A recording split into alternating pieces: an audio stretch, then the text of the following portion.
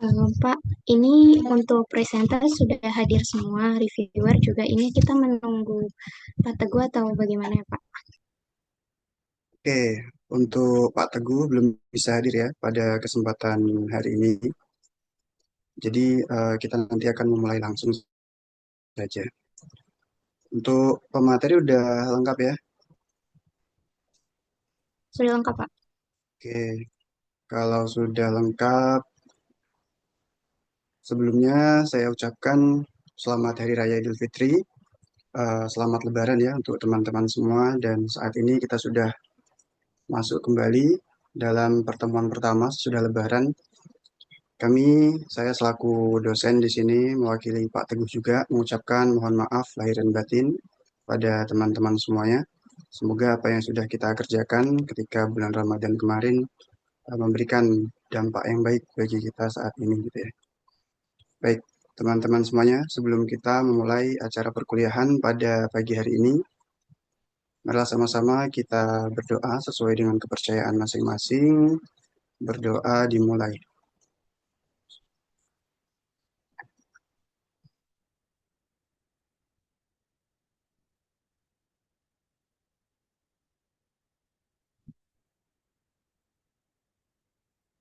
Berdoa selesai. Oke, teman-teman semua, hari ini kelompok dua ya yang presentasi terkait dengan manajemen anggaran pendidikan, pengelolaan anggaran pendidikan yang efektif, dan juga monitoring dan evaluasi penggunaan anggaran pendidikan. Nah, sebelum pemateri menjelaskan terkait dengan materi presentasinya gitu ya, saya harap teman-teman bisa menyimak terlebih dahulu. Saya akan men-share sebuah video pendek penjelasan singkat gitu ya. Semoga bisa memberikan insight gitu ya sebelum pemateri menjelaskan materinya pada hari ini gitu ya. Jadi silahkan teman-teman untuk menyimak dulu kurang lebihnya 5 sampai 7 menit dan nanti bisa dilanjutkan kembali dengan presentasi dari pemateri.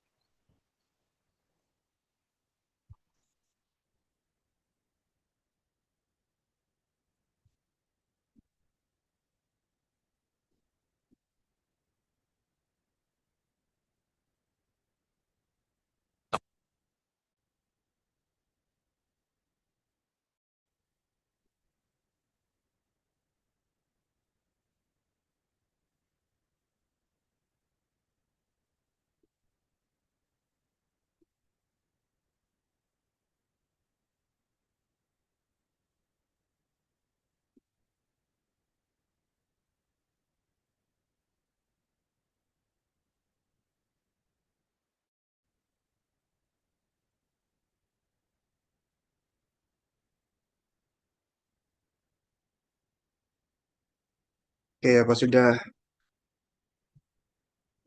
tampil di layar teman-teman semua? Sudah, Pak. Udah, Pak. Udah, Sudah ya.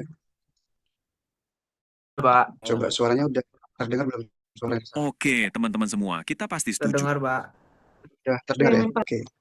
Silahkan untuk dilihat dulu terkait dengan informasi awal sebelum pemateri menjelaskan ya. Akan disimak kurang lebih 6 menit ya. Kalau pendidikan itu super penting. Nah, Indonesia ini sebetulnya sudah mengalokasikan anggaran yang luar biasa besar untuk pendidikan. Tapi pernah kepikiran nggak sih, ada paradoks yang aneh di sini. Dengan semua uang yang digelontorkan itu, kok rasanya kualitas pendidikan kita ya gitu-gitu aja? Nah, hari ini kita akan coba bedah masalah pelik ini. Selama ini kan perdebatan publik itu selalu soal, wah anggarannya kurang besar nih.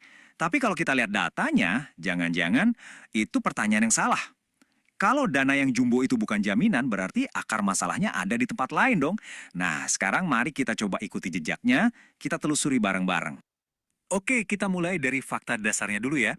Konstitusi kita itu mengamanatkan atau lebih tepatnya mewajibkan minimal 20% dari APBN, anggaran pendapatan dan belanja negara, itu harus wajib dialokasikan untuk pendidikan. Ini bukan angka main-main loh, ini komitmen hukum yang menunjukkan bahwa setidaknya di atas kertas, pendidikan itu prioritas nomor satu. Tapi, nah ini dia tapinya, komitmen anggaran yang besar ini ternyata nabrak realita yang pahit. Coba deh kita lihat skor indeks modal manusia atau HCI kita di tahun 2020. Angkanya cuma 0,54. Kalau kita bandingin, angka ini tuh ketinggalan jauh banget dari negara tetangga kayak Vietnam yang udah 0,69, apalagi Singapura yang skornya 0,88. Ini bukti yang nggak bisa dibantah. Anggaran besar ternyata nggak otomatis bisa membeli hasil yang besar.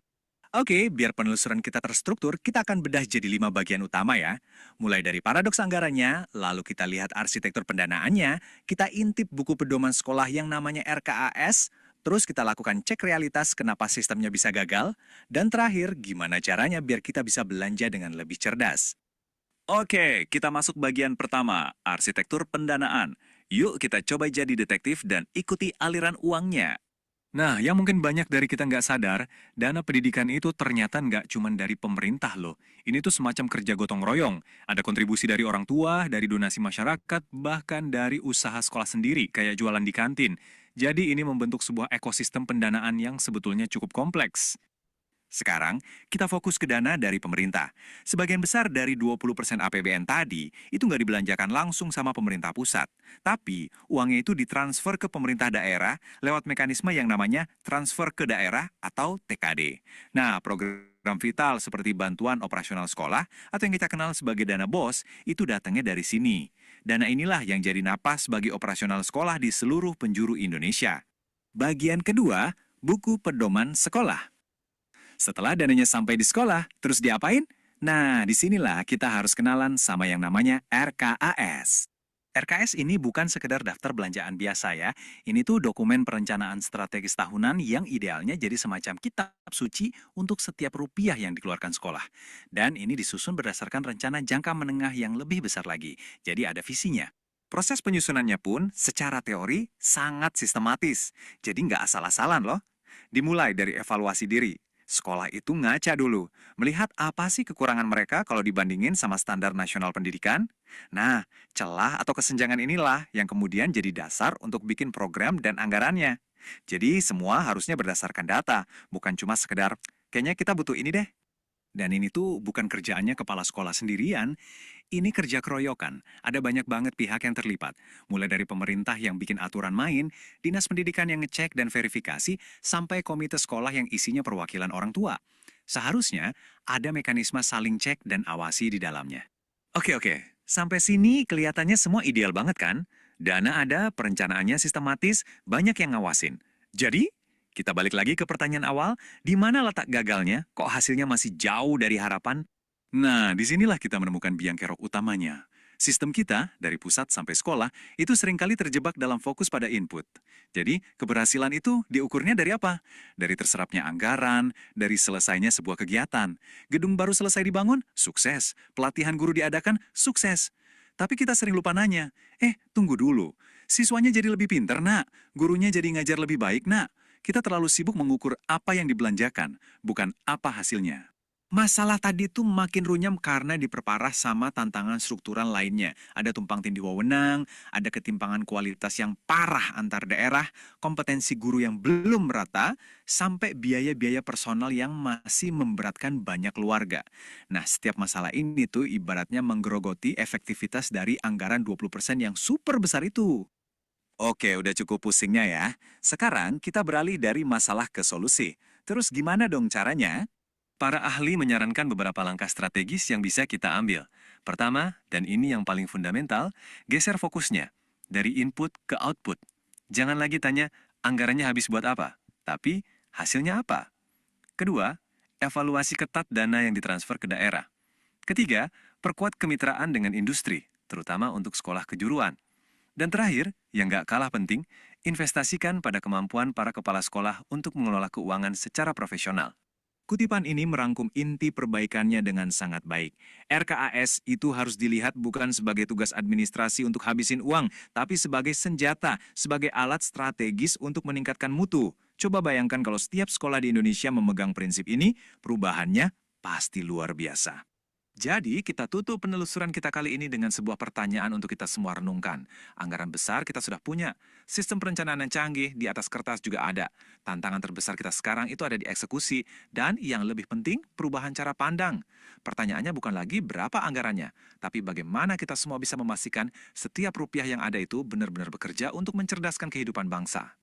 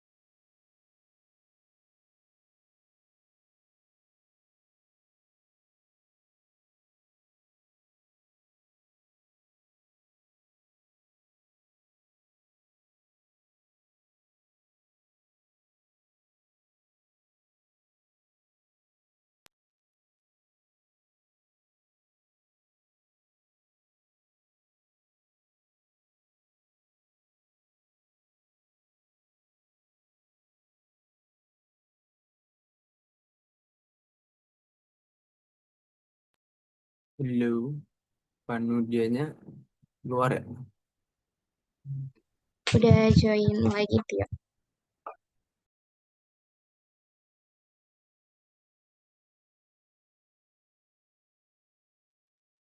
Oke, mohon maaf semua ya.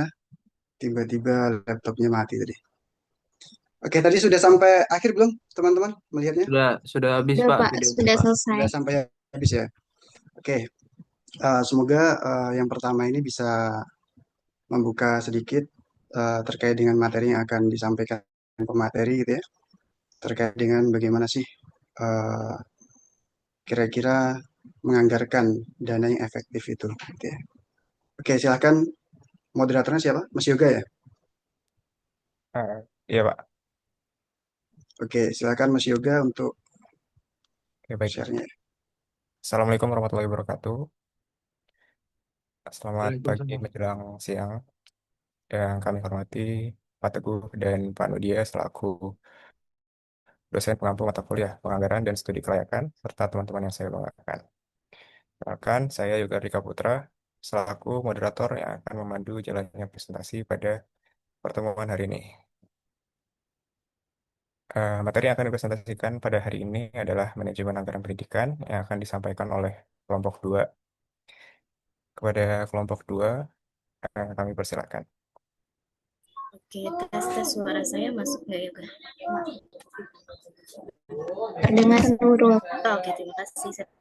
Ya, oke, terima kasih moderator atas Teman-teman. dan tempatnya. Assalamualaikum. Sorry terlambat Waalaikumsalam ini. warahmatullahi wabarakatuh. Pagi Bapak. Waalaikumsalam, pagi Pak. Ya, ini masih mudik ini kelihatannya saya. Mohon maaf ya, Pak Mas Nudia dan teman-teman semuanya sudah akan presentasi ya untuk yang kelompok sekarang ini ya. Ya, betul Pak. Iya, Pak, sudah akan presentasi. Betul ya. Oke, tadi saya selintas sedikit saja mengomentari tentang video yang ditayangkan Pak Nudia tadi. Terima kasih tentang paradoks pendidikan ya. Jadi intinya memang ada berbagai hal-hal yang kontradiktif dalam konteks ini. Tapi saya akan mencoba untuk menambahkan ya sedikit saja.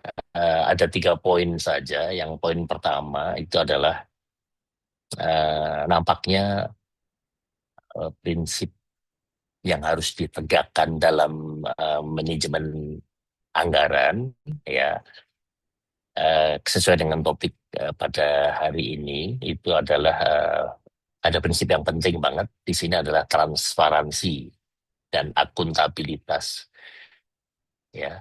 Jadi transparansi dan akuntabilitas ini melengkapi tadi kenapa paradoks pendidikan itu terjadi. Dananya sudah cukup besar, tapi nampaknya mutunya masih terseok ya teman-teman semuanya ya. Mas Nudia ya, bisa ranking kita juga masih terlalu jauh. Tadi juga ada istilahnya indeks human capital ACI. Kita jauh di bawah Vietnam. Padahal Vietnam itu baru merdeka setelah berperang begitu lama dan sangat meluluh lantakkan negaranya, tetapi sekarang mereka jauh lebih tinggi di dalam HCI tadi, Human Capital Index. Salah satu yang menjadi penting dalam konteks sekarang ini adalah bagaimana atau sejauh mana transparansi dan akuntabilitas efektivitas anggaran. Karena kan tadi kan efektivitasnya kan istilahnya dipertanyakan ya, udah dikasih dana, alokasi dananya juga sudah cukup besar berdasarkan satu legal aspek yang luar biasa sehingga muncul angka ajaib 20% ya, 20% dari anggaran dan secara magnitud nominalnya itu kalau tidak salah 736 triliun. Itu kalau dibelikan seblak itu bisa seluruh Bekasi bisa berenang di seblak tersebut kali. Jadi besar sekali dan terjadi paradoks. Yang ingin saya garis bawahi adalah memang karena transparansi dan akuntabilitas itu prasyarat terkait dengan efektivitas pengelolaan anggaran yang menjadi PR bersama dalam hal ini. Jadi karena kedua hal ini menjadi prasyarat fungsional untuk menentukan apakah pengelolaan anggaran tadi itu benar-benar pada akhirnya tadi berdampak pada peningkatan mutu. PISA ranking, bukan pizza ya, tapi PISA rankingnya itu adalah bagaimana bisa dari sekitar 700 menjadi bagus lah ya. Yang paling the best di seluruh negara ASEAN adalah Singapura dan bahkan mungkin one of the best di dunia dalam hal ini. Dan tapi Vietnam dalam Human Capital Index maupun di dalam PISA ranking dia juga jauh melampaui kita. Jadi kalau salah satu ukuran mutunya adalah bagaimana PISA rankingnya tadi diukur, di situ kita memang masih banyak ya. Jadi di sini pengelolaan anggaran sesuai dengan topik pada hari ini itu memang sangat bergantung pada transparansi dan akuntabilitas, which is itu di sisi yang lain tergantung dari kompetensi SDM. Nanti mungkin dari teman-teman presenter akan mengelaborasi lebih lanjut ya. Kemudian keterlibatan pemangku kepentingan ya, kemudian sistem itu juga harus kuat ya. Dan juga bagaimana penggunaan teknologi. Penggunaan teknologi ini penting karena sudah tidak boleh lagi secara manual. Jadi ada satu prinsip ketika sentuhan manusia itu tetap ada, bahkan kental, di situ terjadi penyimpangan-penyimpangan Nah, ini adalah peran teknologi bagaimana tidak menggantikan, tetapi bagaimana menjadi enabler, jadi memperkuat ya sistem tadi sedemikian rupa sehingga kecenderungan penyimpangan tadi akan menjadi sedikit berkurang dan akan menjadi banyak berkurang dalam hal ini. Jadi saya ingin mengatakan lagi transparansi itu sesuatu hal yang mutlak ya. Kalau tidak ada transparansi, nggak ada kontrol dari pemangku kepentingan yang lain dalam hal ini. Dan juga pengelolanya adalah tidak akuntabel, tidak ada apa istilahnya pertanggungjawaban secara proporsional. Eh, Iseng-iseng coba dilihat di Undang-Undang Sisdiknas pasal 48 ada satu kelemahan yang sangat fundamental. Ini dikatakan ya. Jadi di situ tidak mengatur adanya sanksi terhadap pelanggaran prinsip-prinsip transparansi dan akuntabilitas tadi. Karena hal seperti itu beda dengan yang di negara lain seperti bukan mengagung-agungkan, tetapi kita belajar yang baik ya di sisi Finlandia di sana itu audit keuangannya itu dilakukan oleh badan independen, jadi tidak terpengaruh oleh pemerintah atau presiden atau apapun. Jadi itu independent body, badan yang independen yang tidak terpengaruh sedemikian rupa sehingga dia bisa melakukan audit itu secara lebih all out dan akan melihat apakah ini transparan, apakah ini akuntabel dan seterusnya.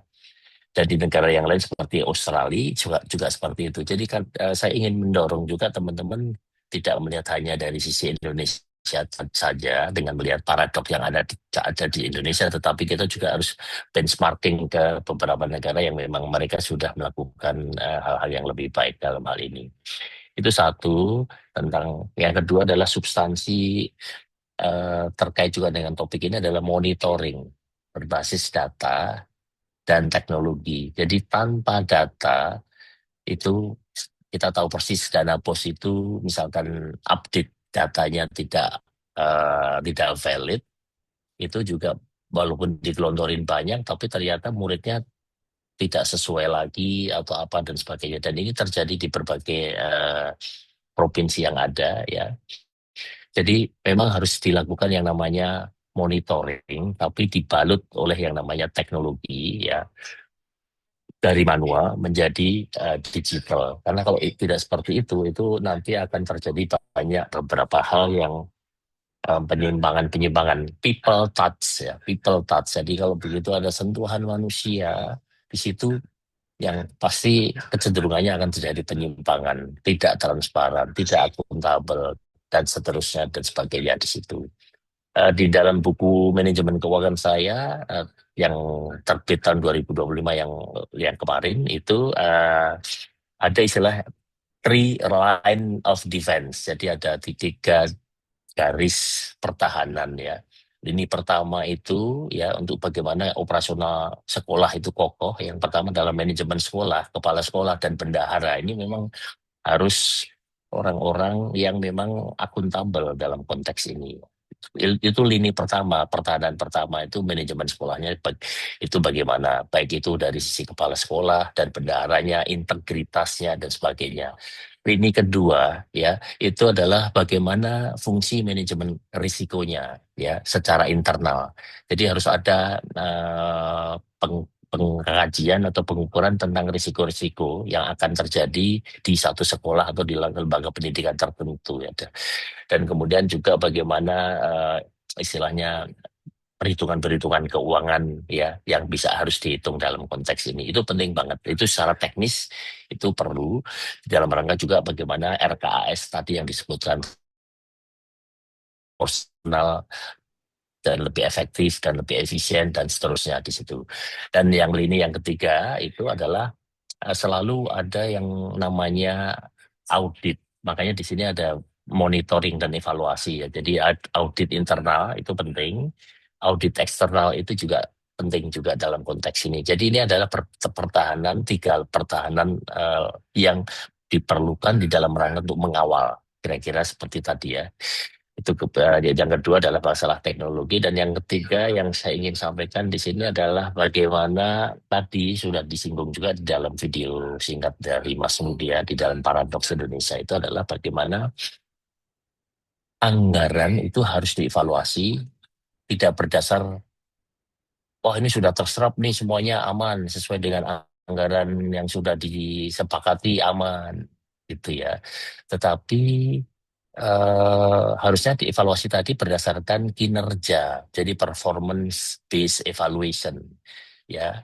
Jadi ini penting. Jadi bagaimana outputnya yang dihasilkan, bagaimana outcome-nya yang dihasilkan. Jadi tidak sekedar menyerap anggaran, bahkan beberapa praktik-praktik selama ini sampai dengan hari ini di akhir-akhir tahun itu kalau tidak salah, kalau mungkin teman-teman mengamati apakah itu institusi perguruan tinggi, apakah itu sekolah, mereka itu adalah bagaimana menghabiskan menghabiskan sisa anggaran yang ada, yang belum sempat atau tidak sempat selesai dalam hal ini. Ini jauh sekali dari yang namanya performance based evaluation. Jadi bagaimana mengevaluasi outputnya atau kinerjanya dalam hal ini. Saya kira itu 3 hal yang nantinya sekali lagi performance based evaluation ini sekarang menjadi semacam berhala baru yang memang cukup cespleng di dalam rangka untuk mengikis begitu banyak paradoks pendidikan yang ada di Indonesia tadi, karena transparansinya tidak terlalu transparan, akuntabilitasnya juga enggak, dia masih banyak menggunakan manual-manual layer dalam hal ini, dan yang terakhir yaitu input oriented aja, anggaran terserap, anggaran habis, tapi outputnya sebagaimana, outcome-nya bagaimana, mereka tidak bisa hijrah ya, migrasi ke arah sana. Jadi ini 3 hal yang penting, dan saya kembalikan kepada moderator maupun presenter. Saya mohon maaf nih tadi terlambat karena memang ada beberapa hal yang perlu dikerjakan dan ada beberapa hal yang perlu saya kerjakan juga sekarang. Saya monitor secara pasif ya. Setelah itu silahkan. Assalamualaikum warahmatullahi wabarakatuh.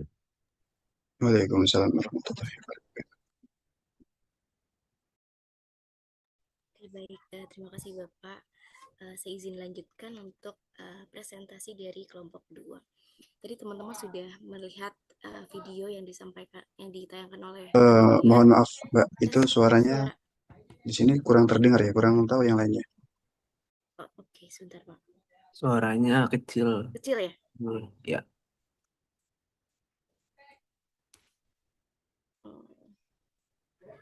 Tes sudah terdengar belum? Apakah lebih jelas dari yang sebelumnya? Sudah terdengar, Nurul. Oke, terima kasih. Oke, saya izin melanjutkan.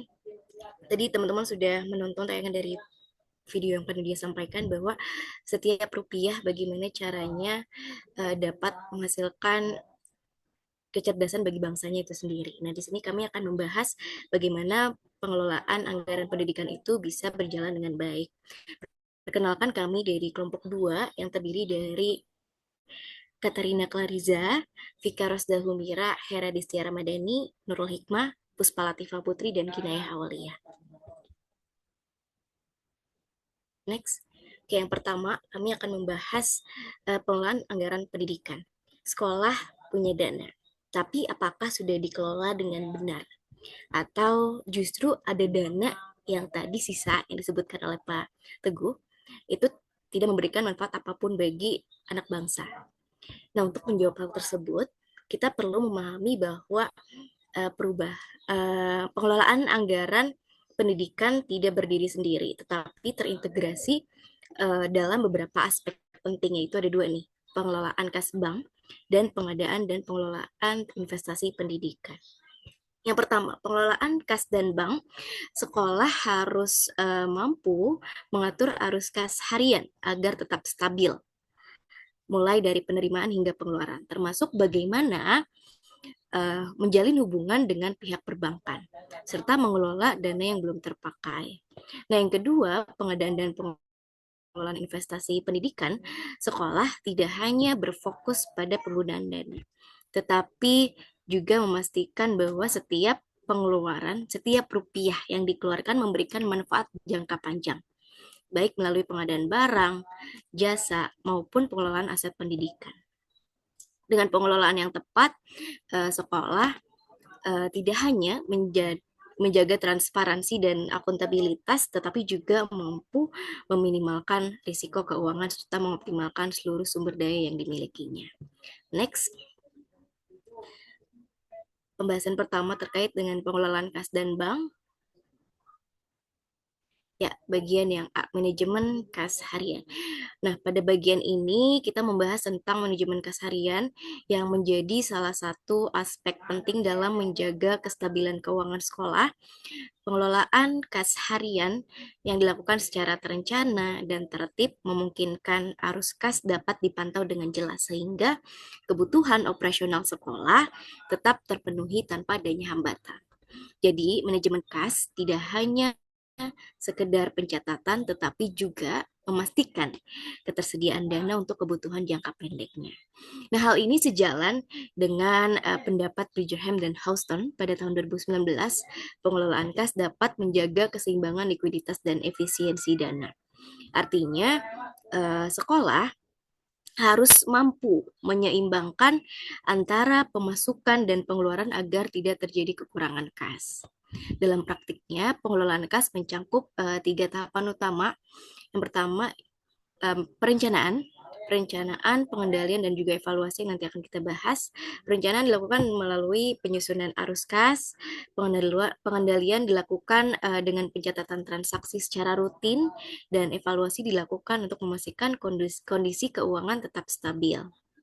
Nah, temuan penelitian juga menunjukkan bahwa pengelolaan kas akan lebih efektif jika didukung oleh sistem yang terstruktur dan teknologi. Nih, contohnya best practice ada di SMA Muhammadiyah 1 Palembang dan SD di Kecamatan Nuituba. Kita bahas di SMA Muhammadiyah dulu nih. Di SMA Muhammadiyah Palembang ini pencatatan kas dilakukan secara rutin melalui laporan bulanan disertai bukti transaksi dan verifikasi. Bahkan diperkuat dengan adanya audit checklist. Nah, hal serupa juga ditemukan di sekolah dasar di SD Kecamatan Weituba, di mana pengelolaan kas yang tertib mampu meningkatkan transparansi dan akuntabilitas penggunaan dana. Nah, selain itu dalam konteks sekolah, pengelolaan kas menjadi semakin penting karena dana seperti BOS tidak diterima setiap saat. Oleh karena itu diperlukan perencanaan yang matang agar operasional tetap berjalan meskipun terjadi keterlambatan pencairan dana. Nah, pemanfaatan teknologi juga penting nih teman-teman untuk manajemen kas harian. Untuk apa sih gunanya? Untuk membantu memantau kondisi kas secara real time. Bahkan adapun penggunaan instrumen seperti financial ratio dan risk assessment matrix, nah yang teman-teman lihat di gambar sini adalah gambar dari risk assessment matrix dapat membantu dalam menjaga likuiditas serta mengantisipasi risiko keuangan. Kayak gitu. Nah, di sini gambar risk assessment matrix, alat yang digunakan untuk mengidentifikasi dan mengukur tingkat risiko dalam pengelolaan keuangan sekolah. Ada 2 komponen utama. Yang pertama ini likelihood, artinya kemungkinan terjadi nih yang ada di sumbu vertikal atau yang tegak. Lalu di sini yang horizontal ada impact atau dampak yang ditimbulkan. Gitu. Nah, setiap resiko kemudian dipetakan dalam kotak berwarna nih. Ada warna hijau, ini artinya resikonya rendah. Lalu ada warna kuning, resikonya sedang. Ada orange, resikonya tinggi. Ada merah, resikonya sangat tinggi atau kritis. Nah, sebagai contoh nih di sini ada di kotaknya ya nih. Risiko pertama ada keterlambatan pencairan BOS pada tingkat tertentu karena dampaknya cukup besar terhadap operasional sekolah. Ada juga risiko fraud atau penyalahgunaan dana juga dapat termasuk kategori yang perlu diwaspadai karena berdampak tinggi. Sedang kuning. Sedangkan kekurangan kas jangka pendek juga menjadi perhatian karena dapat menghambat kegiatan sekolah sehari-hari atau operasional sekolah. Kayak gitu. Nah, dengan adanya risk assessment matrix ini, sekolah dapat pertama mengidentifikasi risikonya sejak awal. Yang kedua, menyusun prioritas penanganannya seperti apa. Lalu yang terakhir, menyusun strategi mitigasi yang tepat. Kayak gitu. Next, ke bagian kedua.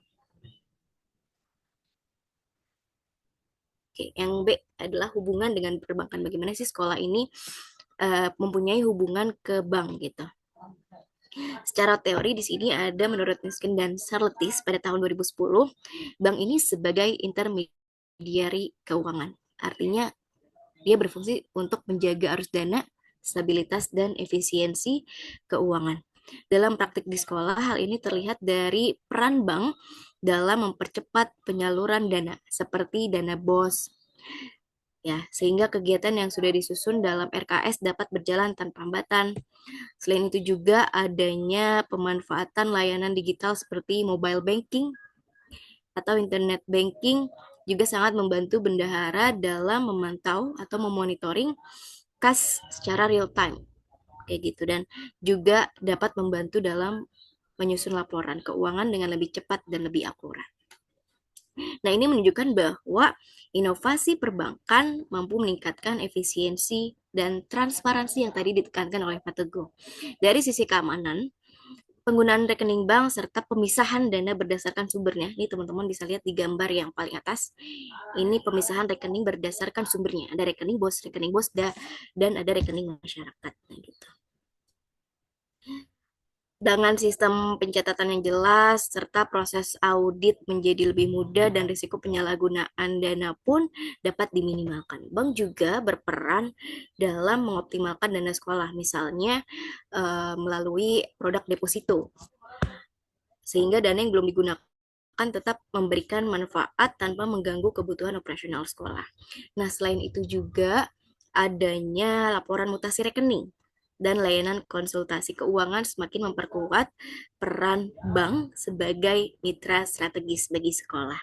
Namun demikian, dalam praktiknya masih terdapat beberapa tantangan seperti misal keterbatasan literasi keuangan dan kemampuan sumber daya manusia dalam memanfaatkan layanan perbankan secara optimal. Selain itu, pengelolaan keuangan sekolah juga dipengaruhi oleh regulasi pemerintah dan prosedur administrasi, sehingga tidak selalu se-fleksibel yang dijelaskan dalam teori yang tadi kita sampaikan gitu. Nah, di sisi lain, meskipun digitalisasi dapat meningkatkan transparansi, tetapi tetap perlu pengawasan juga dan integritas dari pengelolanya. Karena teknologi hanyalah alat, sedangkan kualitas pengelolaan tetap bergantung pada manusianya. Sehingga dapat disimpulkan untuk bagian ini kerjasama antara sekolah dan perbankan sudah berjalan sesuai dengan konsep teori. Namun, tetap perlu disesuaikan dengan kondisi nyata di lapangan agar dapat berjalan secara optimal. Next. Selanjutnya ada investasi dana menganggur. Pengelolaan dana menganggur di sekolah merupakan salah satu strategi penting untuk memastikan bahwa dana yang belum digunakan tetap memberikan nilai tambah tanpa mengganggu kebutuhan operasional sekolah. Dalam kajian Pak Teguh di bukunya, perencanaan melalui RKS menjadi kunci utama karena mampu membantu sekolah mengidentifikasi besaran dana yang belum terpakai sekaligus menentukan waktu yang tepat untuk mengalokasikannya ke dalam instrumen investasi. Dengan pendekatan ini, penggunaan dana menjadi lebih terarah, tidak spekulatif, serta didukung oleh dokumentasi yang memperkuat transparansi, khususnya dalam proses audit. Secara teoritis, praktik ini sejalan dengan prinsip manajemen keuangan yang dikemukakan oleh Wickham dan Houston, yaitu konsep keseimbangan antara risiko dan tingkat pengembalian. Dalam konteks sekolah, misal, keputusan investasi tidak hanya mempertimbangkan keuntungan, tetapi juga keamanan dana dan keberlanjutan operasional. Oleh karena itu, sekolah memilih instrumen dengan risiko rendah agar stabilitas keuangannya tetap terjaga. Selanjutnya, penggunaan rasio keuangan seperti current ratio, quick ratio, dan debt to equity ratio menunjukkan bahwa pengelolaan investasi di sekolah sudah berbasis data. Rasio-rasio ini memberikan gambaran mengenai kondisi likuiditas dan struktur keuangan, sehingga membantu sekolah menentukan batas amannya yang dapat diinvestasikan. Hal ini mencerminkan adanya keseimbangan antara menjaga ketersediaan kas untuk kebutuhan harian dan mengoptimalkan dana yang belum digunakan. Di sisi lain, penerapan risk assessment matrix yang tadi sudah kita bahas sebelumnya menunjukkan adanya upaya sistematis dalam mengidentifikasi dan mengendalikan risiko. Pendekatan ini sejalan dengan teori portofolio modernnya si Harry Markowitz ya, yang menekankan pentingnya hubungan antara resiko dan return serta perlunya diversifikasi investasi untuk meminimalkan kerugian. Dalam praktiknya, sekolah cenderung menempatkan dana pada instrumen yang aman serta tetap menjaga cadangan kas sebagai buffer terhadap ketidakpastian, uncertainty. Nah, selain itu, penggunaan audit checklist, lagi-lagi dari tadi dibahas adalah audit checklist, dan compliance checklist turut memperkuat aspek akuntabilitas dalam pengelolaan investasi. Instrumen ini memastikan bahwa setiap keputusan investasi sesuai dengan regulasi yang berlaku dan didukung oleh data yang valid, evidence-based. Dengan demikian, pengelolaan dana tidak hanya berorientasi pada hasil, tetapi juga pada kepatuhan dan transparansi. Pemanfaatan teknologi digital juga memberikan kontribusi signifikan dalam meningkatkan efektivitas pengelolaan investasi. Melalui sistem keuangan yang terintegrasi tadi ya antara sekolah dan bank, juga dapat memantau kinerja investasi secara real time, mengidentifikasi tren, serta menyesuaikan strategi berdasarkan kondisi arus kas. Hal ini memungkinkan pengambilan keputusan yang lebih adaptif dan berbasis informasi yang akurat. Namun demikian, jika ditinjau secara kritis teori dari Bridgerham dan Halston maupun Markowitz pada dasarnya dikembangkan dalam konteks organisasi yang berorientasi pada profit. Gitu. Nah, sementara itu sekolah memiliki tujuan utama sebagai lembaga pelayanan publik, sehingga orientasi keuntungannya bersifat terbatas. Akibatnya penerapan konsep risk return maupun diversifikasi tidak dapat dioptimalkan sepenuhnya pada sektor ini. Gitu. Selain itu, asumsi bahwa keputusan investasi dapat dilakukan secara fleksibel juga tidak sepenuhnya sesuai dengan kondisi sekolah. Dalam praktiknya, pengelolaan keuangan pendidikan sangat dipengaruhi oleh regulasi pemerintah, prosedur administratifnya, serta kapasitas sumber daya manusianya. Hal ini membuat ruang gerak sekolah dalam menentukan strategi investasi mana sih yang bisa dilakukan gitu, yang lebih, dan hal tersebut juga harus diperhatikan gitu sampai batas mana harus dilakukan gitu, dan cenderung lebih hati-hati. Next ke bagian D, manajemen resiko keuangan. Nah, manajemen resiko keuangan ini dalam lembaga pendidikan suatu proses yang sistematis mencangkup identifikasi, analisis, pengendalian risiko yang berpotensi mempengaruhi stabilitas keuangan institusi tersebut. Dalam praktiknya, pengelolaan risiko tidak hanya berfungsi sebagai alat pengendalian, tetapi juga sebagai dasar dalam pengambilan keputusan yang lebih rasional dan berbasis data, evidence-based.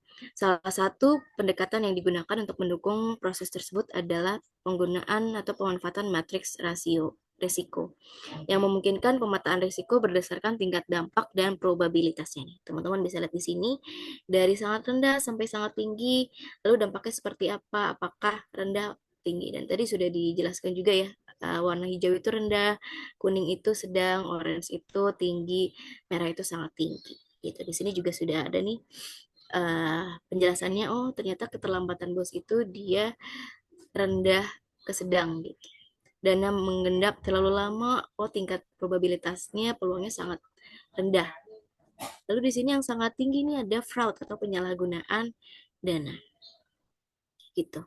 Nah, temuan empiris menunjukkan bahwa terdapat berbagai risiko operasional yang tadi yang sudah saya sebutkan, dan adapun implementasi matriks rasio dapat mengelola keuangan sekolah mencerminkan penerapan prinsip IRA, Enterprise Risk Management, yang menekankan pada integrasi pengelolaan risiko di seluruh lini organisasi. Salah satunya yang dikembangkan oleh Joseph Framework pada tahun 2016 kalau nggak salah. Nah, di sini ada pun komponen-komponen yang dikembangkan oleh Joseph ini. Yang pertama ada governance and culture, tata kelola dan budaya, strategi and objective setting, dan yang terakhir ada performance review dan reporting. Gitu. Komponen-komponen ini menunjukkan bahwa pengelolaan risiko harus dilakukan secara terintegrasi dan berkelanjutan dalam seluruh aktivitas organisasi. Dalam implementasinya, penggunaan instrumen seperti audit checklist, risk register, ya, ini menjadi bagian penting dalam mendukung efektivitas manajemen risiko keuangan. Nah, tadi audit checklist dan risk register ini menjadi fungsinya untuk apa sih? Fungsinya lagi-lagi untuk mendeteksi potensi penyimpangan secara dini. Nah, mempercepat proses evaluasi serta memastikan adanya perbaikan berkelanjutan dalam tata kelola keuangannya. Dan selain itu, risk register juga berperan sebagai media dokumentasi yang memungkinkan transfer pengetahuan dalam organisasi. Gitu. Nah, sehingga pengelolaan risiko tidak bergantung pada individu tertentu, melainkan menjadi bagian dari sistem kelembagaannya. Pentingnya penerapan manajemen risiko juga tercermin dari lemahnya pengelolaan piutang ya, yang menyebabkan kerugian finansial akibat optimalnya integrasi data dan praktik audit secara internal. Nah, kondisi ini menunjukkan bahwa adanya kesalahan administratif seperti ketidaktepatan pencatatan dapat meningkatkan risiko keuangan apabila tidak didukung oleh sistem verifikasi yang memadai. Dan di sini juga pentingnya peran IT. Selain risiko administratif, pengembangan teknologi ya tadi IT juga menghadirkan tantangan baru dalam pengelolaan keuangan pendidikan, risiko yang bersumber dari sistem digital dan ketidakakuratan data menjadi perhatian penting, terutama dalam proses pencatatan dan pelaporan keuangan berbasis teknologi. Kayak gitu. Next, ke bagian kedua dari pengelolaan ada pengadaan dan pengelolaan investasi pendidikan.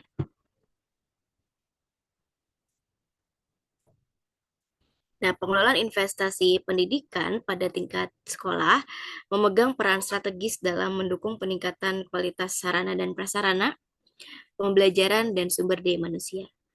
Base-nya apa? Base-nya dari RKS, Rencana Kegiatan Anggaran Sekolah. Itu memungkinkan untuk adanya perencanaan yang terarah dan prioritas program.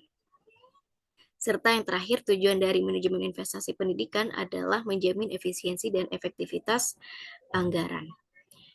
Nah, di sini ada praktik utama, ya tadi RKS, lagi-lagi RKS yang kita tekankan.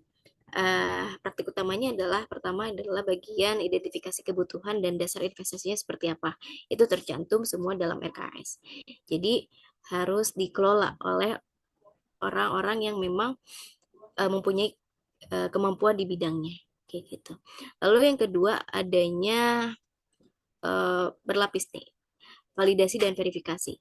Nah, karena adanya validasi dan verifikasi, maka di sini tingkat transparansi dan akuntabilitasnya meningkat. Selanjutnya, yang terakhir nanti yang akan kita bahas, monitoring dan evaluasi.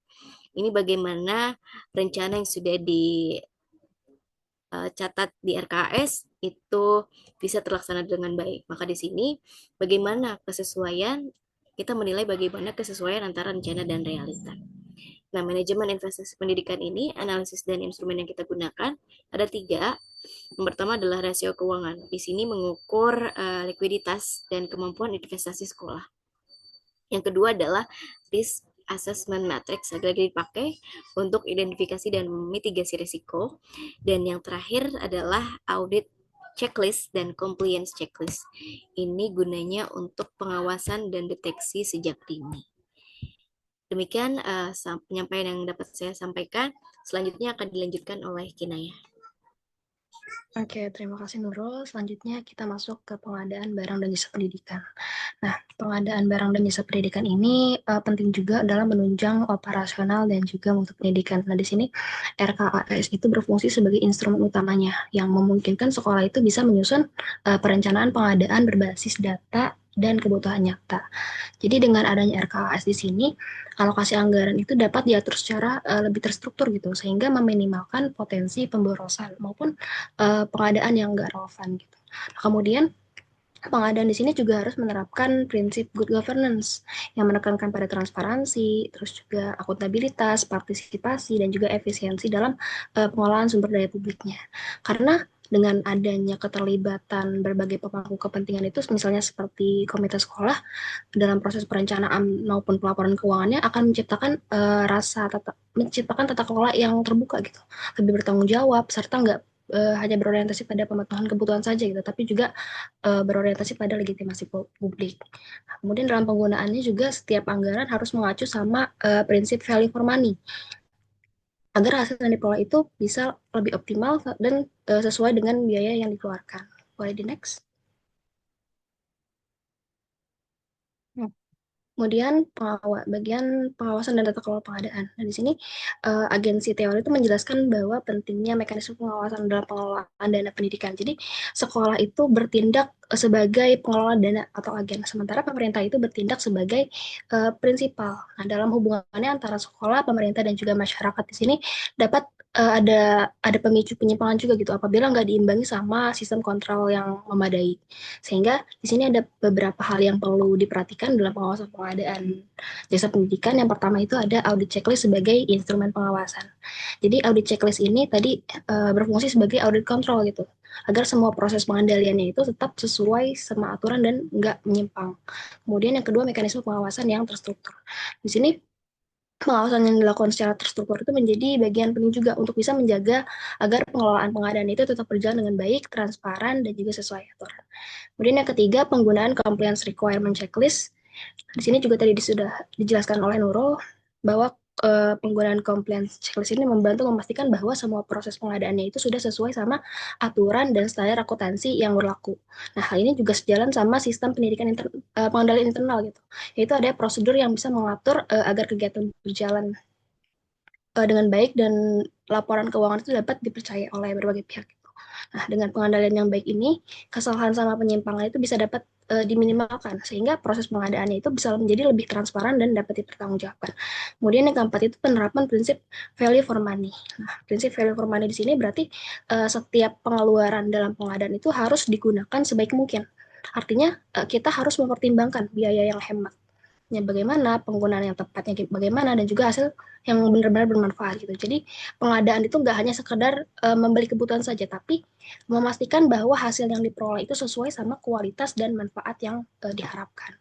Kemudian yang kelima, pengawasan eksternal. Pengawasan eksternal ini pengawasan itu nggak hanya diawasi dari dalam sekolah saja, tapi juga perlu pengawasan yang dari luar gitu, dari pihak luar. Nah, dengan adanya pengawasan yang terstruktur di sini, pengelolaan dana bisa jadi lebih rapi mulai dari perencanaan hingga pelaporannya. Bahkan secara internasional itu juga dianjurkan adanya audit independen supaya semua proses itu benar-benar transparan dan nggak memihak ke satu pihak saja. Yang terakhir, pemanfaatan teknologi dalam pengadaan. Nah, di sini teknologi juga digunakan dalam pengadaan, membuat data dan dokumen itu bisa menjadi lebih terbuka serta mudah dilacak, sehingga tanggung jawab dan dalam pengelolaannya itu bisa menjadi lebih jelas. Sehingga pengelolaan pengadaan barang dan jasa pendidikan yang terencana, terkontrol, dan juga berbasis prinsip tata kelola yang baik itu bisa menjadi kunci dalam menciptakan sistem keuangan yang transparan dan juga berkelanjutan. Boleh di next? Ya, selanjutnya manajemen aset pendidikan. Nah, pengelolaan aset di sekolah ini pada dasarnya bukan hanya soal pencatatan, tapi juga bagaimana memastikan setiap aset itu benar-benar terjaga, digunakan, dan dirawat dengan baik. Nah, di sini RKAS ditambah dengan audit checklist bisa menjadi pengelolaan tertib dan terstruktur. Didukung sama pernyataan Wahyudi dalam 2025 bahwa pemanfaatan RKAS yang dipadukan dengan audit checklist itu dapat membantu proses berjalan lebih tertib gitu, karena setiap aset tercatat dan dapat dilacak dengan jelas. Ketika pencatatan dilakukan secara konsisten, potensi kesalahan maupun penyimpangan pun dapat ditekan sejak awal. Kemudian siklus aset itu ada pencatatan, pelabelan, pemanfaatan, dan juga penghapusan. Di sini juga didukung dengan pernyataan Wahyudi dalam Susanto 2025 bahwa pembagian tugas yang tegas antar pengelola juga membantu menghindari tumpang tindih pekerjaan sekaligus juga memperkecil peluang penyalahgunaan, sehingga tata kelola aset itu bisa menjadi lebih transparan dan juga lebih tertib. Nah, di sini juga ada beberapa hal yang penting dalam manajemen aset. Pertama itu audit internal dan audit checklist. Itu bisa mendeteksi masalah dengan lebih cepat. Jadi audit internal yang dilakukan secara rutin penting dalam pengawasan aset. Jadi dengan adanya audit checklist ini, sekolah bisa lebih cepat mengetahui aset mana saja yang sudah nggak digunakan atau mulai bermasalah. Jadi perbaikan ini bisa langsung dilakukan sebelum masalahnya itu menjadi lebih besar. Selain itu, audit checklist ini juga berfungsi sebagai pengingat agar asetnya itu aset yang sudah nggak layak itu segera ditindaklanjuti sehingga tidak menumpuk dan kegiatan operasional sekolah itu tetap berjalan dengan lancar. Kemudian yang kedua penggunaan RKS. Nah, penggunaan RKS juga di sini membantu sekolah melihat kebutuhan aset secara keseluruhan. Nah, dari situ sekolah bisa mengetahui aset apa saja yang sudah ada dan apa saja yang masih kurang sehingga keputusan pengadaan itu bisa lebih tepat dan sesuai sama kebutuhan. Kemudian yang ketiga, teknologi digital. Di sini pemanfaatan teknologi juga sangat membantu dalam pengelolaan aset karena dengan sistem digital pencatatan dan pelacakan aset itu bisa dilakukan dengan lebih cepat dan lebih akurat. Kemudian selain itu juga sekolah bisa menganalisis penggunaan asetnya. Misalnya melihat apakah suatu barang masih sering dipakai atau enggak. Nah, dari situ sekolah bisa menentukan apakah aset tersebut masih layak digunakan ataupun perlu diganti. Jadi pengelolaannya itu bisa menjadi lebih efisien dan berbasis data. Kemudian yang keempat, risk assessment matrix di sini untuk identifikasi dan prioritas risiko. Jadi risk assessment matrix ini membantu sekolah melihat aset mana yang berisiko rusak atau hilang gitu. Nah, dari situ sekolah bisa menentukan mana saja aset yang bisa diprioritaskan gitu untuk diperbaiki atau dijaga. Nah, dengan cara ini penggunaan anggaran itu bisa jadi lebih tepat karena difokuskan sama aset yang paling membutuhkan perhatian gitu. Wait the next. Nah, selanjutnya akan dilanjutkan oleh Vika.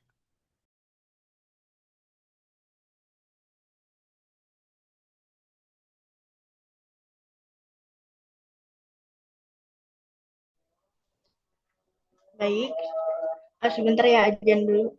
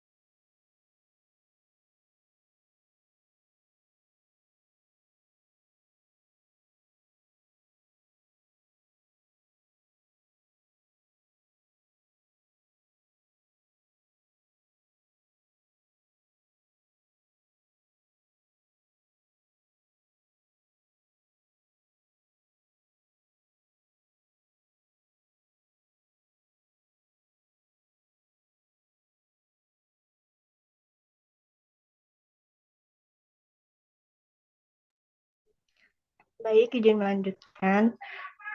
Pada slide ini kita akan membahas tentang monitoring penggunaan anggaran pendidikan. Monitoring ini merupakan proses yang sangat penting untuk memastikan bahwa pengelolaan dana di lembaga pendidikan berjalan secara efektif, efisien, transparan, dan juga akuntabel. Jadi, hal ini tidak hanya sekedar mengawasi, tetapi juga berfungsi sebagai alat evaluasi untuk meningkatkan kualitas tata kelola keuangan secara berkelanjutan. Dalam pelaksanaannya, monitoring dilakukan melalui pengawasan internal yang terstruktur. Salah satu contohnya itu adalah penggunaan audit checklist Instrumen ini membantu dalam mengidentifikasikan potensi penyimpangan seperti penggunaan dana yang tidak sesuai dengan perencanaan, serta memastikan bahwa setiap transaksi memiliki bukti yang jelas dan sesuai dengan aturan yang berlaku. Boleh di next. Jadi monitoring ini juga diperkuat melalui audit internal dan eksternal. Audit internal ini dilakukan oleh pihak sekolah untuk memastikan kesesuaian antara rencana dan realisasi anggaran, sekaligus sebagai bahan evaluasi perbaikan. Sementara itu, audit eksternal melibatkan pihak independen agar penilaian yang dilakukan lebih objektif. Dengan adanya kedua jenis audit ini, sistem pengawasan menjadi lebih komprehensif. Selain itu, keterlibatan berbagai pemangku kepentingan seperti kepala sekolah, bendahara, komite sekolah, hingga masyarakat juga sangat penting. Hal ini menciptakan sistem checks and balance itu mampu meningkatkan transparansi dan akuntabilitas dalam pengelolaan anggaran. Terakhir, monitoring juga dilakukan melalui evaluasi kinerja keuangan dan sistem pelaporan yang terstruktur. Evaluasi ini dilakukan dengan menganalisis laporan keuangan serta indikator efisiensi.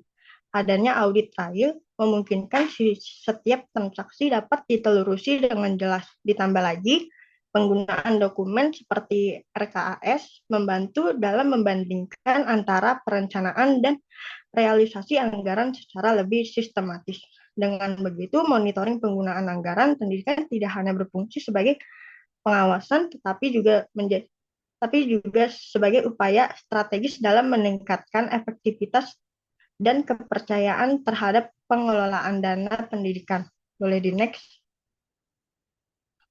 Di sini ada beberapa cara yang dapat dilakukan untuk memonitoring penggunaan anggaran pendidikan agar berjalan secara tepat, efisien, dan akuntabel berdasarkan pendapat Suyana dan Sundaryo yang dikutip dalam Hardiansa dan rekan-rekannya. Yang pertama itu menetapkan sistem pengelolaan anggaran yang transparan. Artinya, sejak awal perencanaan, alokasi anggaran harus disusun secara jelas dan terarah. Setiap dana perlu dikategorikan, misalnya untuk gaji guru, pembangunan fasilitas, hingga program pengembangan. Selain itu, anggaran juga harus dibuat secara terperinci agar memudahkan proses pemantauan dan meminimalisir penyimpangan.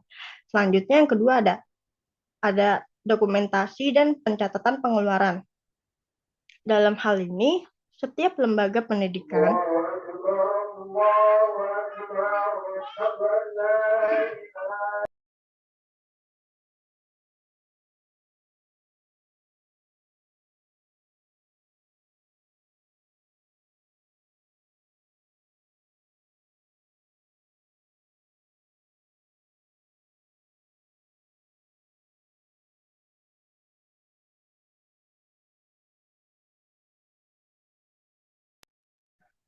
Dalam hal ini, setiap lembaga pendidikan perlu menyusun laporan pengeluaran secara berkala, baik harian, bulanan, maupun tahunan. Tidak hanya itu, semua transaksi juga harus didukung dengan dokumentasi yang lengkap, seperti kwitansi dan bukti pembayaran sehingga dapat dipertanggungjawabkan dengan baik. Next.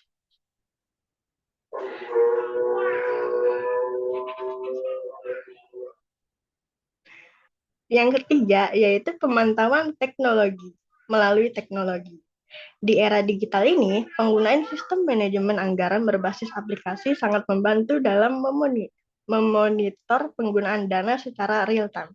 Dengan sistem berbasis data, pihak pengelola dapat lebih cepat mendeteksi jika terjadi ketidaksesuaian atau pemborosan sehingga pengelolaan anggaran menjadi lebih efektif dan efisien. Kemudian yang keempat adalah audit internal dan eksternal. Audit internal ini dilakukan oleh lembaga itu sendiri secara berkala untuk memastikan penggunaan anggaran sudah sesuai. Sementara itu, audit eksternal dilakukan oleh pihak independen seperti BPK untuk memberikan penilaian yang objektif terkait transparansi dan akuntabilitas pengelolaan dana. Terakhir, yang kelima adalah pemantauan oleh pihak terkait. Pengawasan ini tidak hanya dilakukan oleh internal lembaga, tapi juga oleh Dinas Pendidikan serta melibatkan masyarakat dan stakeholder. Keterlibatan ini penting agar terciptanya transparansi dan kepercayaan publik terhadap pengelolaan anggaran pendidikan. Next. Akan dilanjut oleh Pika.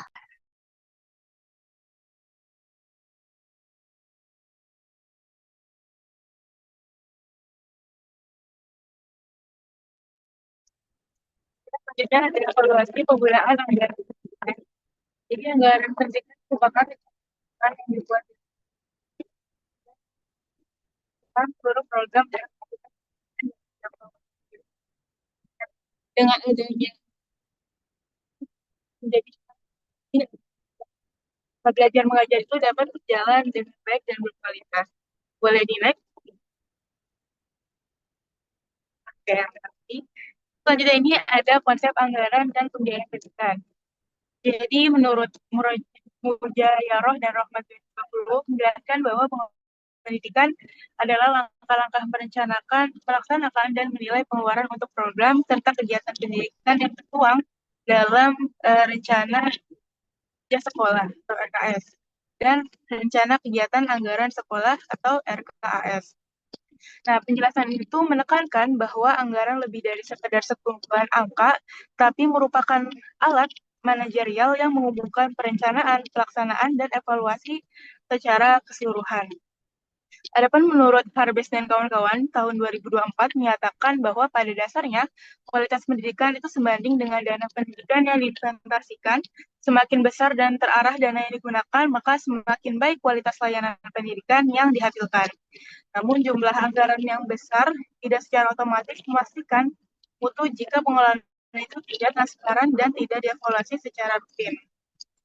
Nah, lalu ada pada Undang-Undang Nomor 20 Tahun 2003 mengenai Sistem Pendidikan Nasional Pasal 49 menetapkan alokasi minimum sebesar 20% dari APBN dan 20% dari APBD untuk sektor pendidikan. Nah, besaran komitmen anggaran negara ini juga menuntut adanya akuntabilitas yang ketat agar investasi publik ini tuh benar-benar memberikan dampak pada peningkatan kualitas, bukan hanya sekedar memenuhi kewajiban administrasi. Boleh di next. Nah, selanjutnya ini ada prinsip-prinsip pengelolaan anggaran pendidikan.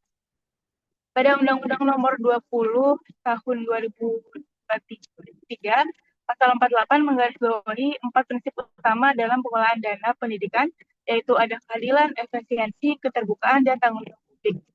Nah, menurut Harbes dan kawan-kawan tahun 2024, keempat prinsip ini tuh tersebut dengan cara yang lebih praktis gitu. Jadi transparansi itu menunjukkan adanya keterbukaan mengenai perencanaan sumber dana. Lalu ada akuntabilitas mengacu pada kewajiban untuk menjelaskan semua penggunaan dana, dan efektivitas yaitu untuk menekankan pada mutu hasil, yaitu apakah kegiatan yang didanai benar-benar mencapai tujuan organisasi. Nah, menurut Mujayaroh dan Rahmat 2020 menekankan bahwa dalam pelaksanaan manajemen pembiayaan pendidikan, pihak yang berwenang perlu mengatur dan mendistribusikan dana dari berbagai sumber dengan tepat, sehingga mengalokasikan tidak menimbulkan ketidakadilan atau tumpang tindih. Nah, sebab itu diperlukan sistem pendanaan yang baik untuk memastikan alokasi dana yang adil, merata, efisien, dan efektif. Nah, prinsip-prinsip ini juga telah diterapkan khusus dalam pengelolaan dana bantuan operasional sekolah atau biasa kita kenal sebagai BOS, yang merupakan sumber utama anggaran untuk sekolah negeri. Boleh dilihat. Nah, selanjutnya ini ada evaluasi penggunaan anggaran pendidikan. Menurut Mujayaroh dan Rahmat 2020 menjelaskan bahwa evaluasi ini adalah langkah untuk membuat penilaian berdasarkan kriteria yang telah disepakati dan dapat dipertanggungjawabkan. Nah, tujuan utamanya adalah untuk mendapatkan landasan bagi penilaian akhir dari suatu periode kerja, serta memastikan metode yang digunakan dalam pemanfaatan sumber daya pendidikan berjalan dengan efektif dan efisien. Lalu dalam Mujayaroh dan Rohmat 2020 ini mengemukakan bahwa proses evaluasi anggaran terdiri dari 4 langkah. Yang pertama itu ada menyusun anggaran dengan menetapkan tujuan serta urutan prioritas. Lalu yang kedua ada menyusun anggaran menurut prosedur yang ada.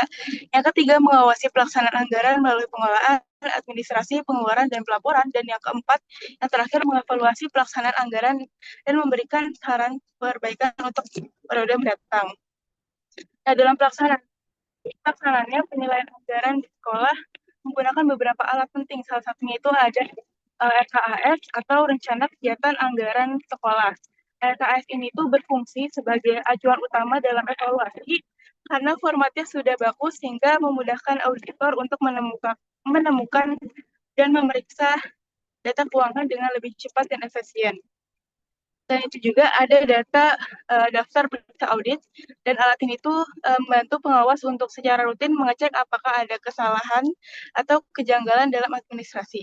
Nah, dengan adanya daftar ini, kemungkinan terjadinya kecurangan itu bisa diminimalkan. Oke, mungkin boleh di next. Nah, yang terakhir ini ada evaluasi anggaran dan peningkatan mutu pendidikan. Jadi, evaluasi atas penggunaan anggaran itu tidak dapat dipisahkan, tetapi berhubungan erat dengan kualitas pendidikan yang ingin dicapai. Saat anggaran dikelola dan diperiksa dengan baik, efeknya itu nggak hanya muncul pada laporan keuangan, tapi juga berpengaruh pada kinerja pengajar, semangat belajar siswa, dan mutu layanan pendidikan secara menyeluruh. Nah, menurut Harbes, DKK 2024 menyatakan bahwa pengelolaan dana yang profesional dan jelas tidak hanya membantu pelaksanaan program pendidikan, tapi juga meningkatkan semangat kerja guru sebab mereka merasakan dukungan dari sistem yang adil. Nah, di sisi lain, seberapapun sempurnanya kurikulum dan seberapapun banyaknya fasilitas yang tersedia, tanpa adanya manajemen pendanaan yang efisien, semuanya akan hilang gitu maknanya. Dan kinerja sekolah secara seluruh akan menghadapi berbagai masalah yang signifikan. Lalu ada yang kedua, menurut Mujayaroh dan Rohmat 2020, sejalan dengan pendapat itu dengan menyebutkan bahwa keberhasilan dalam membangun pendidikan bergantung pada kemampuan sumber daya manusia untuk mengelola anggaran yang ada. Nah, dengan memperhatikan kebutuhan dasar dan urutan prioritas dalam program pengembangan pendidikan yang dilakukan secara bertahap dan berkelanjutan sesuai dengan perencanaan program. Nah, ini tuh menunjukkan bahwa evaluasi anggaran itu adalah proses yang berkelanjutan, bukan sekedar aktivitas sesaat yang dilakukan sesekali. Lalu yang ketiga, ini ada evaluasi nasional mengenai pengelolaan dana BOT, menunjukkan nilai-nilai rata-rata efektivitas itu mencapai 27%, dan sekolah-sekolah menerapkan praktik evaluasi secara konsisten seperti penggunaan RKAS, terus yang terstandarisasi, dan daftar periksa audit.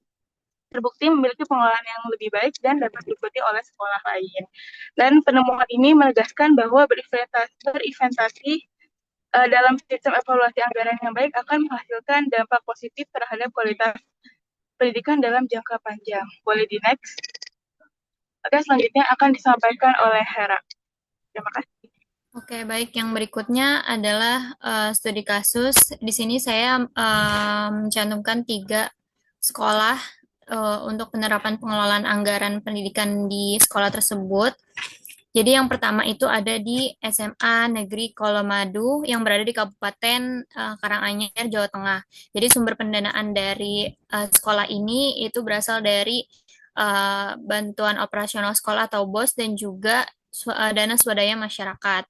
Nah, beberapa langkah strategis yang dilakukan oleh sekolah ini dalam pengelolaan anggaran mereka itu meliputi dari tahap perencanaan anggaran yang matang, kemudian pengelolaan dana pendidikan yang transparan, lalu alokasi anggaran yang prioritas, serta pemanfaatan teknologi dalam pengelolaan anggaran.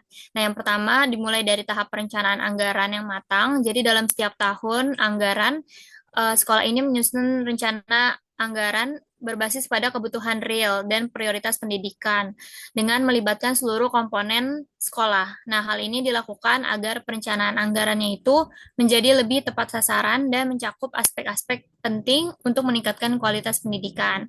Kemudian sekolah ini juga berkomitmen untuk mengelola anggaran pendidikan dengan prinsip transparansi dan akuntabilitas.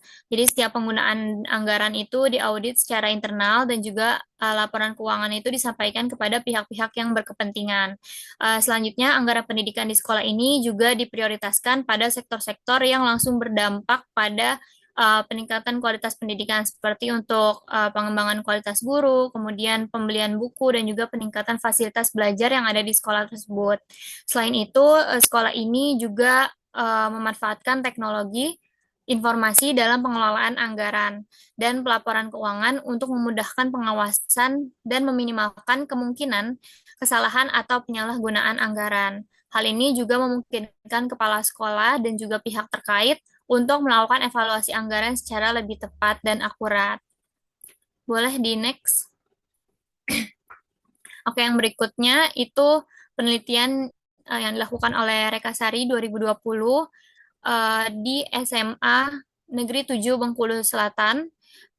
Ditemukan bahwa pengelolaan anggaran ini juga sudah diterapkan di sekolah tersebut, dan sekolah tersebut letaknya sangat strategis dan mendapatkan sumber-sumber pendanaan sekolah yang berasal dari dana komite dan dana BOS yang kemudian dikelola secara efektif untuk membiayai kebutuhan-kebutuhan sekolah. Nah, proses pengelolaan tersebut meliputi tahap perencanaan, pembelanjaan, dan juga pertanggungjawaban. Pada tahap perencanaan, sekolah ini melakukan identifikasi sumber dana dan juga inventarisasi rencana kegiatan atau program yang akan dilakukan ke depannya. Nah, dalam penyusunan rancangan anggaran ini, yang baik itu biasanya harus memenuhi prinsip-prinsip umum yang berlaku, yaitu prinsip pembagian wewenang dan tanggung jawab, kemudian prinsip pelibatan stakeholder, dan yang ketiga prinsip penentuan program berdasarkan skala prioritas di sekolah tersebut. Nah, dalam realisasinya, sekolah ini sudah menerapkan beberapa prinsip tersebut. Implementasi prinsip yang pertama yaitu kepala sekolah sudah membagi wewenang dan tanggung jawabnya kepada wakil kepala sekolah di semua bidang untuk melakukan koordinasi gitu dengan guru-guru untuk membuat usulan kebutuhan atau program dalam 1 tahun anggaran ke depan. Nah, kemudian untuk implementasi prinsip yang kedua, sekolah ini juga sudah melibatkan komite sekolah, orang tua siswa, guru, dan juga staf tata usaha dalam menyusun rancangan anggaran. Nah, hal ini menunjukkan bahwa SMA Negeri 7 Bengkulu Selatan ini merupakan sekolah yang menyadari pentingnya peran dan kontribusi pihak lain dalam mencapai sebuah kemajuan. Nah, selanjutnya dari implementasi prinsip yang terakhir, yaitu sekolah ini juga memprioritaskan program yang berkenaan langsung dengan proses pembelajaran, terlebih dahulu untuk dimasukkan ke dalam draft usulan rancangan anggaran. Nah, wakil kepala sekolah khususnya di bidang kurikulum, itu nanti mengkoordinir guru-guru bidang studi khususnya untuk menyusun daftar usulan kebutuhan ataupun program apa saja yang harus dimasukkan gitu ke dalam draft, dan nanti ditentukan secara bersama apa saja yang harus diutamakan. Adapun usulan kebutuhan atau program yang tidak termasuk dalam prioritas itu tidak dihilangkan, tapi akan tetap dialokasikan, tapi di urutan yang terakhir. Nah, tadi dari tahap perencanaan anggaran, kemudian dari tahap pembelanjaan, seperti yang sudah disebutkan sebelumnya bahwa sekolah ini sumber dana yang dimiliki yaitu berasal dari dana komite dan dana BOS. Nah, proses pembelanjaan pembelanjaan dana sekolah ini harus mengacu pada peraturan-peraturan atau petunjuk teknis dari dana BOS itu sendiri.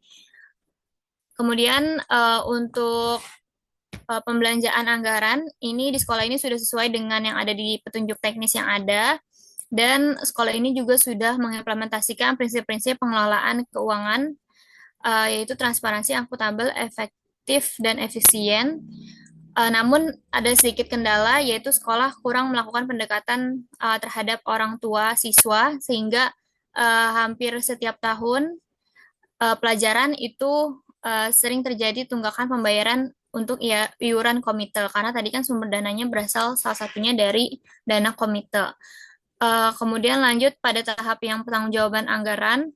Namun di sini ada sedikit perbedaan dari tahap perencanaan dan anggaran, perencanaan dan pembelanjaan, yaitu laporan berkala pada pertanggungjawaban dana komite yang disampaikan oleh pihak sekolah itu belum berjalan secara maksimal.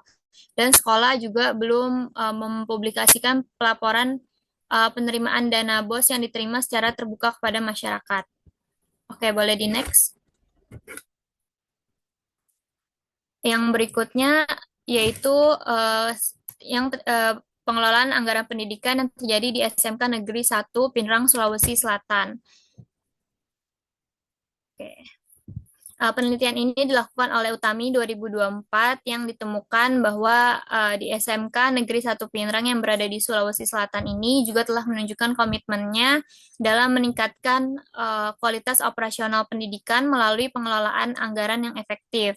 Nah, sumber dana sekolah ini berasal dari bantuan operasional sekolah atau dana BOS, dan pengelolaan anggaran itu meliputi tahap perencanaan, penganggaran, dan juga pertanggungjawaban yang transparan. Dimulai dari tahap perencanaan, sekolah ini itu melakukan penyusunan RKS di setiap awal tahun sebelum dana BOS dicairkan dengan melibatkan beberapa pihak di sekolah.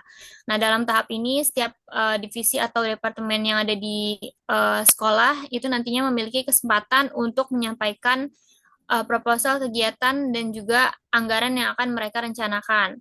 Proposal tersebut harus mempertimbangkan kebutuhan nyata di lapangan serta visi misi sekolah. Kemudian nantinya akan dilakukan pertemuan bersama dan juga kesepakatan penganggaran antara pihak-pihak yang terlibat dalam pengelolaan anggaran sekolah untuk mencapai kesepakatan bersama mengenai alokasi dana yang akan dikeluarkan untuk setiap kegiatan. Nah, setelah melalui serangkaian diskusi dan juga evaluasi dari proposal tersebut, maka nanti akan dicapai kesepakatan akhir tentang rencana anggaran sekolah.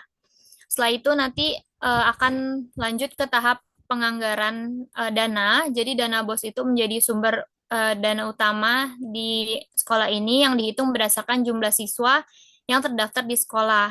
Nah, dana BOS yang diterima di sekolah ini itu dibagi menjadi 2 tahap pencairan di setiap tahunnya, yaitu tahap pertama dari Januari hingga Juni, dan tahap kedua dari Juli hingga Desember. Setelah dana BOS-nya diterima oleh sekolah, maka proses pengalokasiannya dilakukan berdasarkan RKS yang tadi sudah disusun sebelumnya. Nah, setiap divisi atau setiap departemen atau bagian yang ada di sekolah itu nanti juga bertanggung jawab untuk membuat laporan pertanggungjawaban bulanan terkait dengan penggunaan dana yang telah dialokasikan kepada mereka. Kemudian masuk ke dalam tahap pertanggungjawaban. Sekolah ini menerapkan prinsip transparansi dalam pengelolaan anggaran. Prinsip ini tidak hanya penting untuk memastikan akuntabilitas dan kepercayaan publik, tetapi juga sebagai upaya dari sekolah ini untuk mengoptimalkan penggunaan dana demi meningkatkan kualitas pendidikan.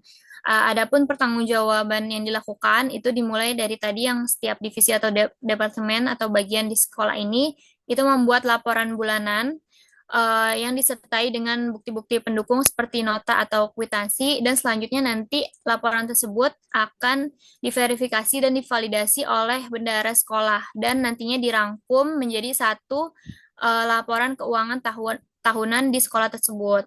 Nah, laporan keuangan yang sudah dibuat oleh sekolah itu akan diserahkan kepada pihak inspektorat atau pengawas sekolah untuk pemeriksaan eksternal. Nanti pihak eksternal tersebut juga dapat memberikan rekomendasi atau saran untuk perbaikan jika ditemukan ketidaksesuaian di dalam laporannya. Oke, boleh di next. Berdasarkan 3 studi kasus di atas, maka dapat disimpulkan bahwa pengelolaan anggaran pendidikan yang efektif itu sangat dipengaruhi oleh perencanaan yang matang, karena tadi juga sempat disebutkan bahwa RKS itu juga bukan hanya alat administratif, tapi juga harus disesuaikan dengan kebutuhan nyata sekolah. Kemudian juga harus mengedepankan prinsip transparansi dan akuntabilitas, lalu juga perlu melibatkan stakeholder, baik itu dari internal atau eksternal sekolah, serta pemanfaatan teknologi dalam pengelolaan anggaran sekolah. Dalam implementasinya, ketiga sekolah memprioritaskan anggaran pada sektor yang berdampak langsung terhadap kualitas pembelajaran. Seperti tadi kayak ada pengembangan guru, kemudian pengadaan buku, dan juga mengutamakan fasilitas belajar untuk siswa-siswanya. Gitu. Oke, boleh di next. Yang berikutnya akan dijelaskan oleh Kinaya. Oke, selanjutnya studi kasus di sini mengenai monitoring dan evaluasi dari penggunaan anggaran pendidikan. Mengenai monitoring, di sini saya analisis studi kasus dari 3 sekolah, yaitu SDN 006 Bonang Selatan di Kalimantan Timur, kemudian SDIT Cendikia Tulang Bawang di daerah Lampung, dan MA Cimindi di Jawa Barat. Nah, pertama di SDN 006 Bontang Selatan. Nah, di sini perencanaan anggarannya itu sudah disusun dalam bentuk RKAS dan sudah melibatkan kepala sekolah, guru, dan juga pengurus komite. Kemudian pengawasan di sini dilakukan internal oleh kepala sekolah tadi, guru komite, dan sementara pengawasan eksternalnya itu dilaksanakan oleh Dinas Pendidikan sama Badan Pemeriksa Keuangan atau BPK. Kemudian di sini juga setiap transaksinya keuangan itu memerlukan verifikasi dan tanda tangan dulu dari kepala sekolah, dan juga sekolah ini sudah memanfaatkan sistem pelaporan digital yang terhubung sama aplikasi keuangan pemerintah daerah. Namun kekurangannya di sini proses pengawasan itu masih menghadapi tantangan pada tingkat evaluasi internalnya, karena dikatakan bahwa sebagian guru di sekolah ini dan juga anggota komitenya itu belum memiliki pemahaman yang mendalam tentang mekanisme pertanggungjawaban dana sekolah, sehingga partisipasi mereka itu dalam proses audit sosial masih terbatas. Kemudian yang kedua di SDIT Cendikia Tulang Bawang, yang pertama itu perencanaan dan anggaran di sekolah itu sudah disusun melalui rapat tahunan juga yang melibatkan seluruh stakeholder sekolah, sama seperti SDN 006 Bontang Selatan tadi. Kemudian yang kedua, sudah ada audit internal yang dilakukan setiap triwulan oleh tim BOS, yaitu kepala sekolah, bendahara, guru, dan juga komite, dan juga ada audit eksternal yang dilaksanakan 1 kali per tahun oleh Satgas Saber Pungli dan Inspektorat Kabupaten Tulang Bawang. Kekurangannya di sini itu pencatatan pelaporan masih menggunakan sistem pelaporan manual. Nah, jadi dalam penelitian di situ dikatakan bahwa bendahara itu cenderung menggunakan format buku kas tanpa dasar penjabaran biaya satuan. Beberapa guru dan komite juga mengaku sulit memahami bahwa pengelolaan budget itu melalui teknologi, sehingga Kemendikbud itu mendorong digitalisasi dalam pencatatan BOS dalam mengatasi persoalan tersebut. Kemudian di MA YBH Cimindi di daerah Jawa Barat, yang pertama itu proses pengawasannya sudah diawali dengan penyusunan rencana anggaran di awal atau RAPBS seperti di 2 sekolah tadi. Kemudian setiap pengeluarannya itu sudah dicatat dalam pencatatan keuangan, dan juga pengawasannya juga dilakukan secara internal dan juga eksternal. Nah, kekurangannya di sini yaitu kurang sumber daya manusia yang memiliki kompetensi di bidang pengawasan dan akuntansi. Jadi masih terdapat keterbatasan dalam sistem pelaporan yang digunakan, dan juga masih kurang partisipasi masyarakat dalam melakukan pengawasan. Nah, jadi dari ketiga studi kasus tersebut dapat dikatakan bahwa semua sekolah itu sudah menerapkan langkah dalam memonitor penggunaan anggaran pendidikan yang sebelumnya sudah dijelaskan pada teori. Menurut Suyana dan juga Sudaryo dalam Mardihansa 2025, yaitu rencana alokasi anggaran yang disusun dengan jelas, kemudian adanya pencatatan pengeluaran dalam bentuk laporan keuangan, memanfaatkan teknologi dalam pemantauan anggaran, dan juga adanya audit internal dan juga eksternal. Jadi walaupun sudah mengikuti langkah-langkah tersebut, tapi masih ada guru dan anggota komite yang belum memahami pemahaman yang mendalam tentang mekanisme pertanggungjawaban dana sekolah. Terus juga masih ada kurangnya sumber daya manusia, terutama pada sistem digital, juga masih ada keterbatasan dalam sistem pelaporan, serta masih kurangnya partisipasi masyarakat dalam melakukan pengawasan. Sehingga dari ketiga studi kasus tersebut dibutuhkan peningkatan pemahaman melalui pelatihan digital bagi pihak terkait, serta upaya untuk bisa mendorong keterlibatan masyarakat agar pengelolaan dana pendidikan itu menjadi lebih transparan dan dapat dipertanggungjawabkan. Boleh di next. Nah, oke, selanjutnya studi kasus dalam konteks evaluasi. Di sini saya menggunakan 2 sekolah, yaitu SMP Negeri 6 Pekanbaru dan juga SMPN 2 Pangkalan Baru. Oke, di sini SMPN Negeri 6 Pekanbaru secara umum realisasi penggunaan BOS di sini sudah sesuai dengan rencana yang tercantum dalam RKAS gitu. Artinya perencanaan anggaran yang dibuat di awal sudah cukup efektif dalam mengarahkan penggunaan data. Nah, dana BOS tersebut juga digunakan untuk beberapa kebutuhan utama, seperti pembelian buku, untuk mendukung pembelajaran, terus pelaksanaan ujian sekolah, pembayaran listrik dan jasa, pemeliharaan sarana prasarana, serta kegiatan ekstrakurikuler siswa. Nah, hal ini menunjukkan bahwa dana itu sudah difokuskan pada kebutuhan operasional dan peningkatan kualitas pendidikan. Kemudian, walaupun sudah sesuai dengan rencana dalam pelaksanaannya, masih terdapat juga beberapa permasalahan gitu, yaitu penyesuaian penggunaan dana yang nggak tercantum secara rinci dalam RKS awal. Nah, hal ini biasanya disebabkan juga oleh perubahan harga barang atau jasa, serta juga adanya kebutuhan mendesak yang nggak dapat diprediksi sebelumnya gitu. Nah, selain itu, di sini juga masih terdapat kendala dalam pengawasan internal yang belum optimal, sehingga perlu adanya peningkatan agar penggunaan dana itu bisa lebih terkontrol. Kemudian di sisi lain juga administrasi pelaporan masih cukup kompleks, sehingga dapat mempengaruhi efektivitas pengeluaran anggarannya. Sehingga untuk mengatasi berbagai tantangan tersebut, ada beberapa upaya yang bisa dilakukan. Yang pertama itu peningkatan koordinasi dalam penyusunan RKS, agar semua kebutuhan dan prioritas itu dapat direncanakan dengan lebih matang. Kemudian mengoptimalkan penggunaan aplikasi pelaporan BOS yang telah disediakan pemerintah, sehingga proses administrasi dan pelaporan itu menjadi lebih cepat, mudah, dan juga tertata. Dan yang ketiga itu melakukan rapat evaluasi internal secara berkala untuk bisa meninjau realisasi anggaran, sekaligus juga bisa mengidentifikasi bagian-bagian yang masih perlu diperbaiki ke depannya. Boleh di next. Nah, selanjutnya ini temuan lain yang ditemukan di UPTD SMPN Pangkalan Baru, SMPN 2 Pangkalan Baru. Nah, di sini memaparkan dua tabel, yaitu tabel kesesuaian antara realisasi antara LPJ sama RKS, ada di tahun 2019 dan juga tahun 2020. Nah, berdasarkan di tabel 2019 ini, terlihat bahwa kesesuaian RKS sama LPJ secara keseluruhan itu sudah baik di persentase 90%. Namun, di sini masih ada satu kegiatan yang persenannya itu di bawah 90%, yaitu kegiatan belanja modal. Sehingga mengakibatkan selisih sebesar 31.440.259. Nah, selisih di sini disebabkan oleh harga barang yang nggak terestimasi atau perubahan harga barang yang jauh lebih rendah gitu dari rencana yang sudah dibuat sebelumnya. Nah, walaupun persentase di sini sebesar 90 itu udah merupakan nilai yang baik, tapi masih harus dilakukan perbaikan karena rencana anggaran itu baiknya terrealisasi sebanyak 100% gitu. Peneliti pada studi kasus ini juga berpendapat bahwa apa yang sudah direncanakan di awal, maka itu juga yang harus direalisasikan. Kemudian selanjutnya di tabel yang tahun 2020, nah, dapat dikatakan bahwa kesesuaian RKS dan LPJ di tahun ini secara keseluruhan itu sudah sangat baik dengan persentase 99% sesuai dengan RKS. Nah, semua kegiatan di sini juga sudah mencapai persenan di atas 90%. Nah, ini menunjukkan terjadi peningkatan sebesar 99% gitu dari tahun sebelumnya. Sehingga dapat dikatakan pada tahun 2020 ini sudah lebih baik daripada tahun 2019. Nah, walaupun masih terdapat selisih di sini nih, sebesar 3.120.659 yang disebabkan oleh harga barang yang nggak terestimasi atau perubahan harga barang yang jauh lebih rendah dari rencana yang sudah dibuat.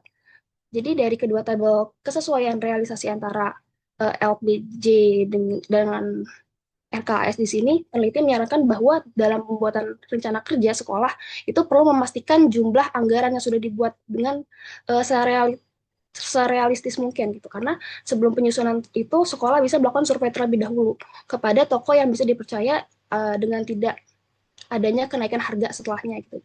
Jadi dari kedua studi kasus tersebut, jika dikaitkan dengan teori anggaran pendidikan, studi kasus di SMP 6 Pekanbaru merepresentasikan salah satu tahapan utama evaluasi, yaitu analisis kinerja kinerja keuangan melalui perbandingan antara rencana dan realisasi anggaran yang sudah dijelaskan pada teori sebelumnya. Kemudian studi kasus di UPTD SMPN 2 Pangkalan Baru ini memperkuat implementasi teori di mana dilakukan pengukuran tingkat kesesuaian antara RKS dan LPJ dengan persentase 90% pada tahun 2019 dan meningkat menjadi 99% pada tahun 2020.